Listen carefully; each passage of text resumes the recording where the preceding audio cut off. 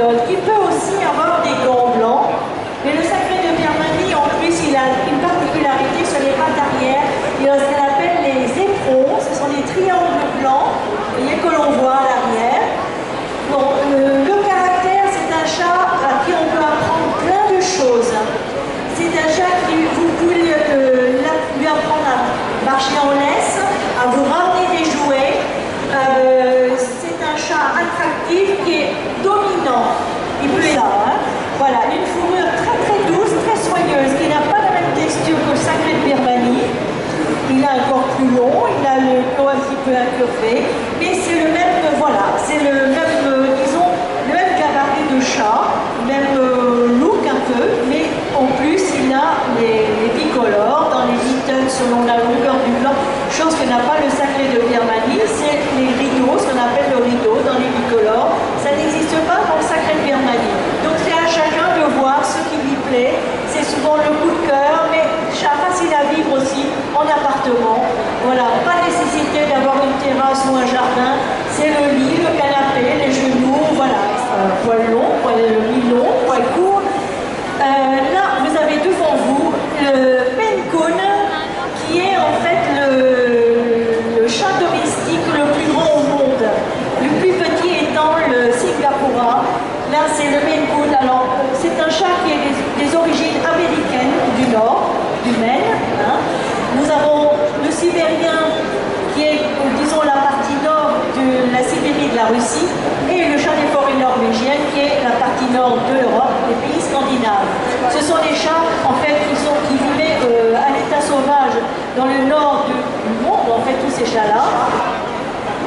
Qui, voilà, des chats tout frisés, avec une texture très particulière,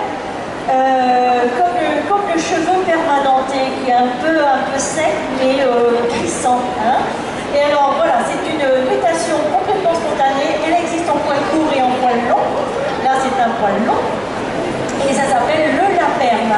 Alors, j'ai parlé avec cette dame. C'est un chat adorable.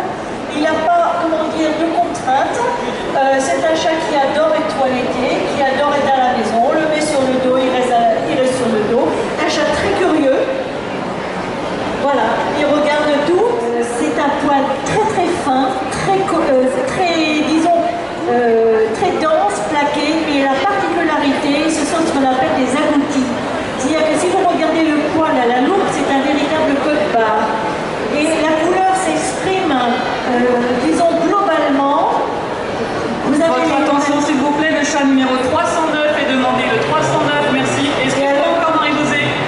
Le lièvre, vous avez sur le dessus une trace noire parce que le bout du poil, il est noir. En fait, le poil n'est pas noir, il est fauve, et c'est juste le bout qui donne cette marbrure sur le dessus qu'on appelle le tiki, et le bout de la queue est noir. Et ça, c'est ce qu'on appelle l'agouti. Ils sont tous agoutis, les abyssins. Et l'agouti vient du terme d'un animal qui vit dans les Antilles, qu'on appelle un agouti. C'est un espèce de gros rat, en fait énorme, un genre de castor. Et le poil est pareil, et un code-barre. Alors le caractère, là c'est un silver. Silver, c'est qu'on a rajouté un gène, le gène du smoke, dans l'abyssin. Et là encore, on voit mieux les championnats du monde. Et les élevages en chat des forêts norvégiennes en France sont reconnus dans le monde entier. Voilà. Alors, la particularité ce sont deux jeunes, apparemment, deux bébés, et une femelle. C'est une femelle, et je sais que c'est une femelle, puisqu'une cage de tortue, c'est automatiquement une femelle. C'est extrêmement rare d'avoir un mâle, ça arrive, mais généralement ils sont stériles, mais c'est très très rare. Écailles de tortue, et bleu et crème, tout ça c'est automatiquement féminin. Là c'est un tabby silver. Hein, tabby parce qu'il a des marques, c'est un tigré. Et silver, il a tout le sous-poil qui est argenté et la base du poil qui est argentée. Alors la particularité de ce chat, c'est sa tête, le profil est droit, contrairement au Maine Coon.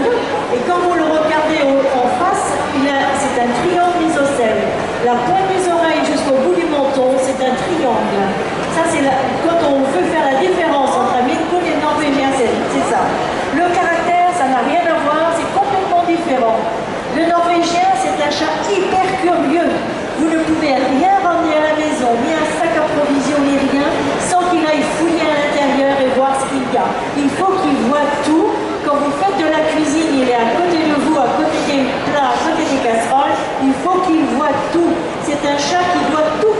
il sent tout, il voit tout, il regarde tout, il fouille tout.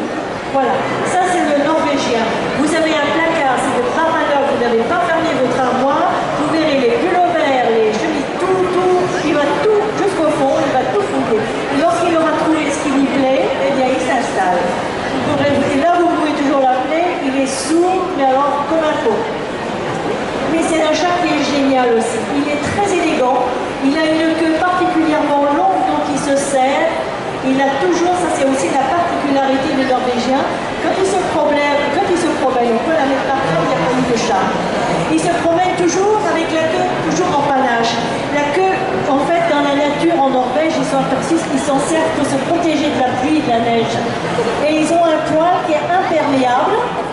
Ils ont un sous-poil qui est très dense et un poil sur le dessus qui est un poil épais qui crisse et qui lui sert de manteau. L'eau et la neige glissent dessus, il n'est pas mouillé. C'est fantastique, hein, c'est un chat vraiment qui est, voilà. Voilà, c'est ça le corps du Norvégien, c'est toujours comme ça. Et quand il est à la maison, toujours vous voyez la queue qui dépasse des chaises et vous savez où est votre chat comme ça. Voilà. Eh bien, on peut applaudir ces deux Norvégiens superbes. Donc, on a fait tout le tour du nord du monde, en fait, au niveau des races.